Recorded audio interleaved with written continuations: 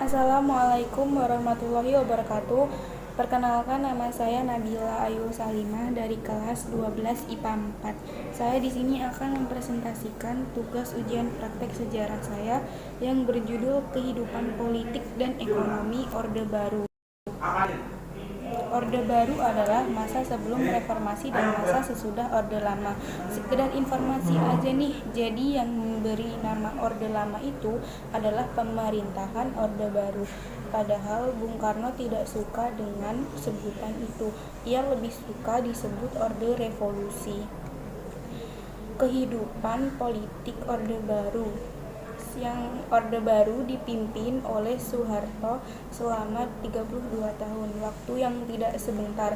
Selama 32 tahun masa kepemimpinannya, banyak kebijakan yang memiliki pengaruh cukup besar terhadap proses berjalannya negara kita ini, mulai dari kebijakan politik maupun kebijakan ekonomi.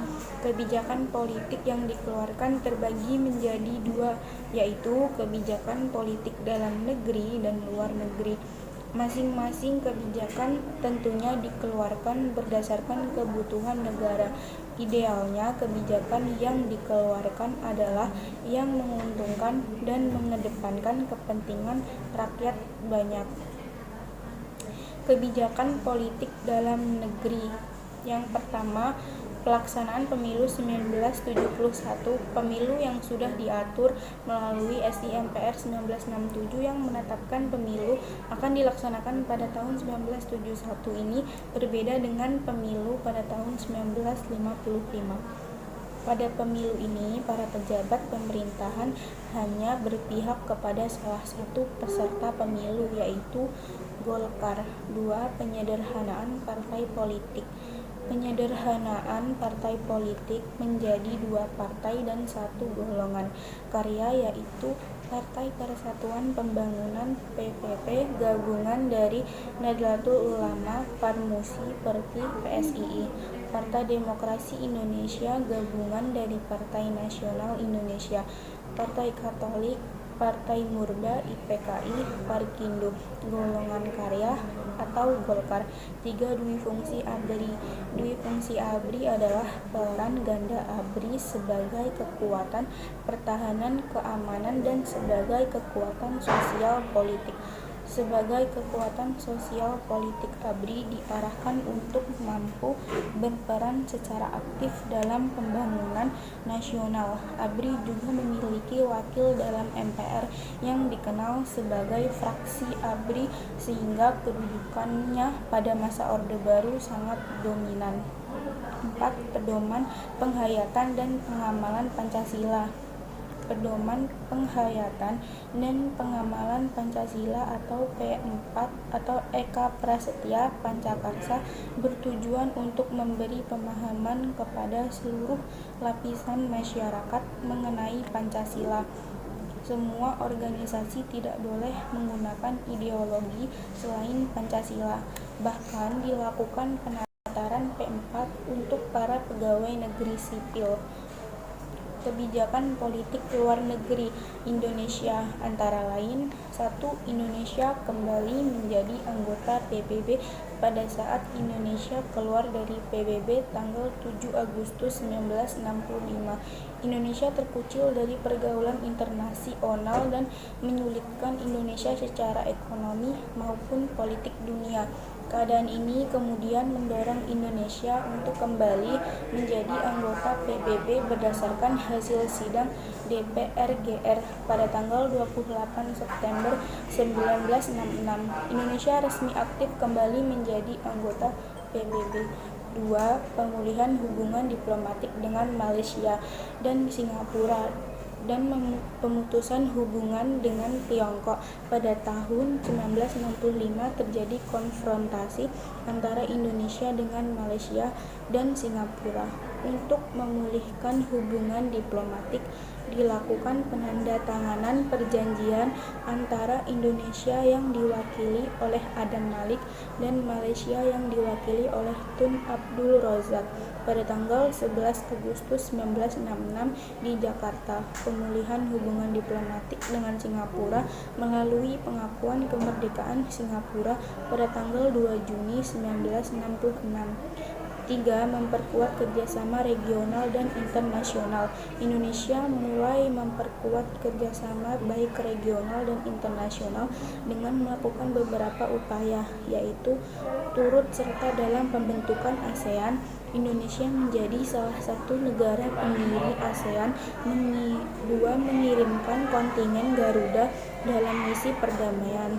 3. Ikut peran dalam KTT non-blok. 4. Berperan dalam Organisasi Konferensi Islam atau OKI. Kehidupan ekonomi. Pemerintahan Orde Baru memiliki slogan yang menunjukkan fokus utama mereka dalam memberlakukan kebijakan ekonomi, yaitu trilogi pembangunan, pertumbuhan ekonomi yang cukup tinggi, pemerataan pembangunan dan hasil-hasilnya yang menuju kepada terciptanya keadilan sosial bagi seluruh rakyat, stabilitas nasional yang sehat dan dinamis. Bukan tanpa dasar, trilogi pembangunan dibuat karena Indonesia mengalami inflasi yang sangat tinggi pada awal tahun 1966, kurang lebih sebesar 650% setahun. Nah, beberapa kebijakan ekonomi yang dikeluarkan pada masa Orde Baru adalah 1. Rencana Pembangunan 5 Tahun atau Repelita. Pada April 1969, pemerintah menyusun Rencana Pembangunan 5 Tahun atau Repelita yang bertujuan untuk meningkatkan sarana ekonomi, kegiatan ekonomi, serta kebutuhan sandang dan pangan. Repelita ini akan dievaluasi selama 5 tahun sekali. A. Repelita 1 April 69 hingga 1 Maret 74. Sasaran utama yang hendak dicapai adalah pangan, sandang, papan, perluasan lapangan kerja, dan kesejahteraan rohani. B. Repelita 2 menikberatkan pada sektor pertanian dan industri yang mengolah bahan mentah menjadi bahan baku. C. Pelita 3 menekankan pada trilogi pembangunan dengan menekankan pada azas pemerataan. D. Repelita 4 menitik beratkan pada sektor pertanian menuju swasembada pangan dengan meningkatkan industri yang dapat menghasilkan mesin-mesin sendiri. Repelita 5 menitik beratkan pada sektor pertanian untuk memantapkan swasembada pangan, meningkatkan produksi pertanian, tenaga kerja, dan mampu menghasilkan mesin-mesin sendiri. F. Repelita 6 dimulai pada tahun 94. Pembangunan berfokus pada sektor ekonomi, industri, pertanian, dan peningkatan sumber daya manusia. 2. Revolusi Hijau. Revolusi hijau pada dasarnya adalah suatu perubahan cara bercocok tanam dari cara tradisional ke cara modern untuk meningkatkan produksi pertanian. Umumnya dilakukan 4 usaha pokok yang terdiri dari intensifikasi, yaitu penelitian, pengembangan, dan penerapan teknologi pertanian untuk memanfaatkan lahan yang ada guna memperoleh hasil yang optimal. B. Ekstensifikasi, yaitu perluasan lahan pertanian untuk memperoleh hasil pertanian yang lebih optimal. C. Diversifikasi. D. Rehabilitasi daya produktivitas sumber daya pertanian yang sudah kritis. Terima kasih, sekian presentasi dari saya. Kurang lebihnya mohon maaf. Wassalamualaikum warahmatullahi wabarakatuh.